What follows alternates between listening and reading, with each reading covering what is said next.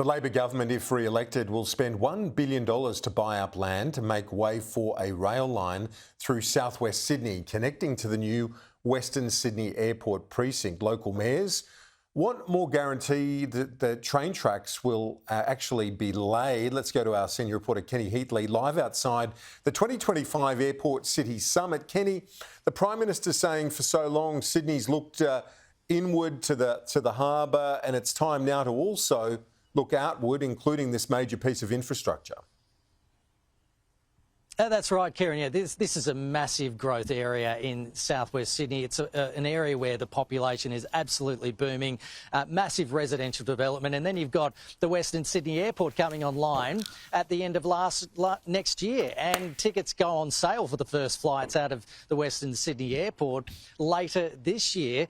And it looks like at this stage that there is going to be no train line connecting to the rest of Sydney's train network, meaning that passengers, and they're expecting 10 million or so a year, will have to drive there or go on buses on already the clogged network. Now, the Prime Minister is trying to address this, appealing to voters by announcing a $1 billion fund to buy up a land corridor in between Leppington and the Western Sydney Airport, the Bradfield Aerotropolis, going through those high growth areas of the Macarthur region. But this is just buying up the land. The New South Wales government is doing a business case for the actual train line, which some estimate could be around $25 billion. There's also a business case the state government is doing for the northwest connection between Tallawong and St Mary's, which would kind of close that Western Sydney Airport rail loop. Here was the Prime Minister speaking earlier. The next practical step in safeguarding the future and ensuring we are well positioned to deliver the infrastructure that communities across southwest Sydney need, to connect people with the jobs of the future and with each other. And connectivity is at the centre of it all.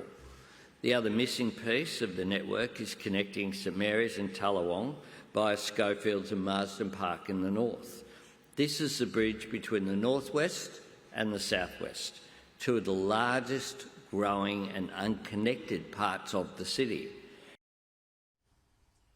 This is also Mr Albanese sandbagging key Labor seats in the southwest of Sydney ahead of the election, including Macarthur, which is held on a margin of 9.8% by Dr Mike Freelander.